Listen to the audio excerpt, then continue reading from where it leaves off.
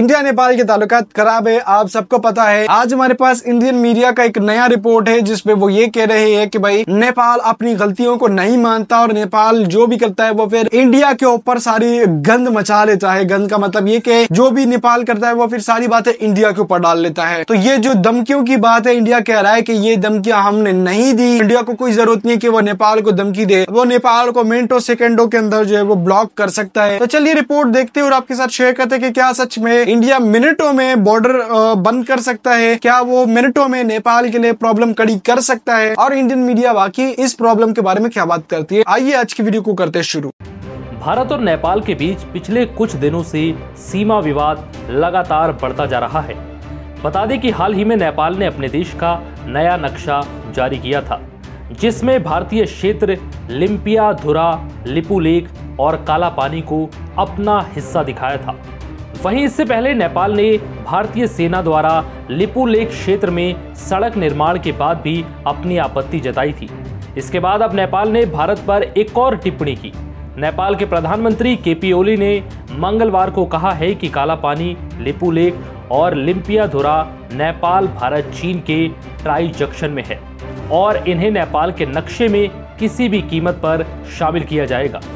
बता दें कि 8 मई को भारत ने लिपुलेख में कैलाश मानसरोवर रोड लिंक का उद्घाटन किया था, जिसे लेकर नेपाल ने ऐतराज भी जताया था।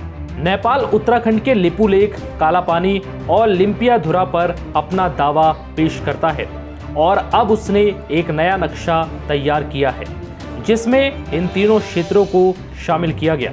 नेपाल के नए नक्शे को सोमवार को कैबिनेट की मंजूरी मिल गई। नेपाल के प्रधानमंत्री केपी शर्मा ओली ने कहा है कि अब हम इन इलाकों को कूटनीति के नजरिए से पाने की कोशिश करेंगे।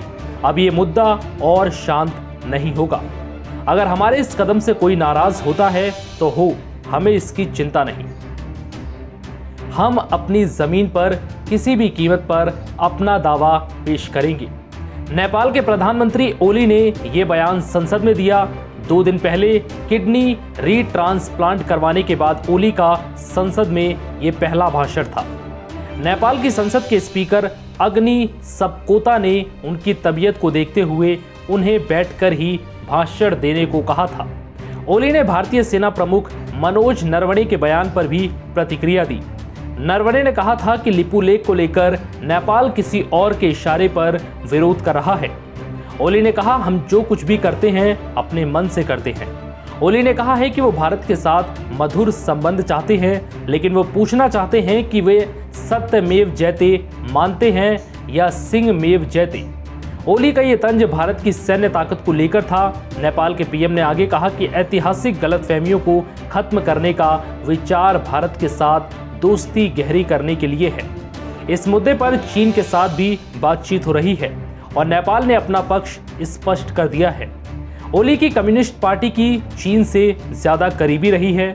कुछ रिपोर्ट्स में कहा जा रहा था कि इस महीने जब ओली की पार्टी के भीतर बगावत हुई थी तो चीनी राजदूत हो यंकी ने उनकी कुर्सी बचाने में मदद की। ओली ने इस आरोप पर कहा है कि कुछ लोग कहते हैं कि एक विदेशी राजदूत ने मेरी सरकार गिरने से बचा ली। ये नेपाल के लोगों द्वारा चुनी हुई सरकार है और मुझे कोई बाहर नहीं फेंक सकता। फिलहाल इस वीडियो में इतना ही। नमस्कार।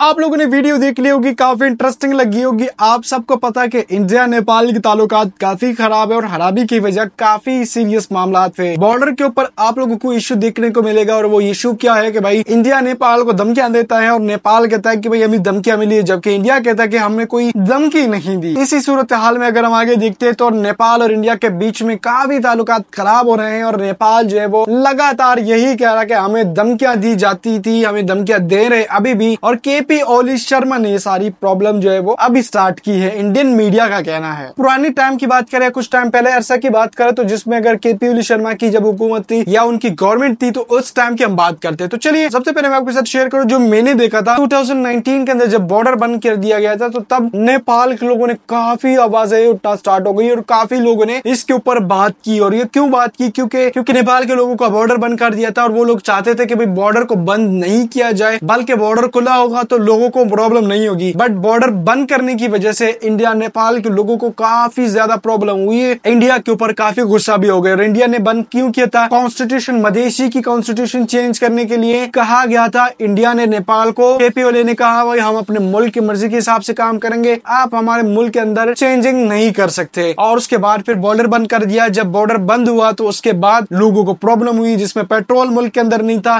क्योंकि ये सारी चीजें नेपाल इंडिया से इंपोर्ट करता है। उस टाइम पे चाइना के साथ इनके भी ताल्लुकात अच्छे नहीं थे, तो अब तो चाइना के साथ भी ताल्लुकात अच्छे। अगर बॉर्डर बंद होता है मिसाल के तौर पे, तो नेपाल के पास दूसरा ऑप्शन इजीली है कि वो चाइना से इंपोर्ट कर सकता है और चाइना से एक्सपोर्ट कर सकते हैं। ये सारी चीजें, तो बॉर्डर पे जो हालात खराब थे वो सुधरने की तरफ आ चुके हैं और सुधर भी रही है। तो आप लोगों ने अगर वीडियो देखी है, अच्छी लगी है, तो लाइक, शेयर और सब्सक्राइब लाजमी करें।